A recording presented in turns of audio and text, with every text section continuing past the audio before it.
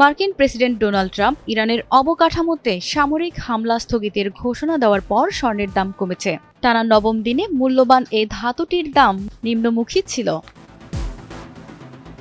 23 March Bangladesh সময় সন্ধ্যা 7টার দিকে প্রতি আউন্স স্পট গোল্ডের দাম 0.9% কমে 4,448.32 ডলারে পৌঁছে।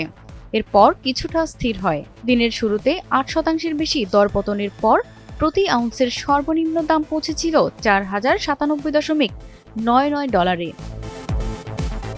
এপ্রিলের জন্য যুক্তরাষ্ট্রের গোল্ড ফিউচার 2.7% কমে দাঁড়ায় 4,451.40 ডলার। গত 28 ফেব্রুয়ারি মধ্যপ্রাচ্যের সংঘাত শুরুর পর থেকে স্পট গোল্ডের দাম প্রায় 16% কমেছে। আগের মতোই clean. Berger easy clean fresh, দেয়ালে দাগ থাকবে না, রাখবে সুরভিত। গত 29 জানুয়ারির রেকর্ড সর্বোচ্চ প্রতি আউন্সের দাম 5,594.82 ডলার থেকে 20% বেশি হ্রাস পেয়েছে।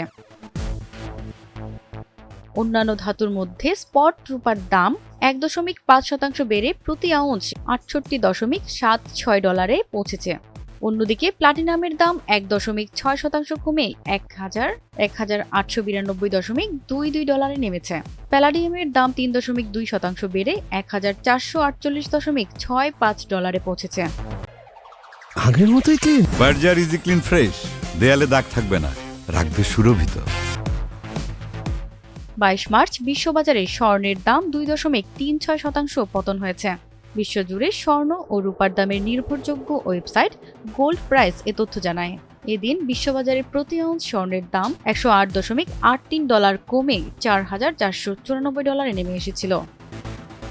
প্রতিমা সরকার, এনটিভি অনলাইন।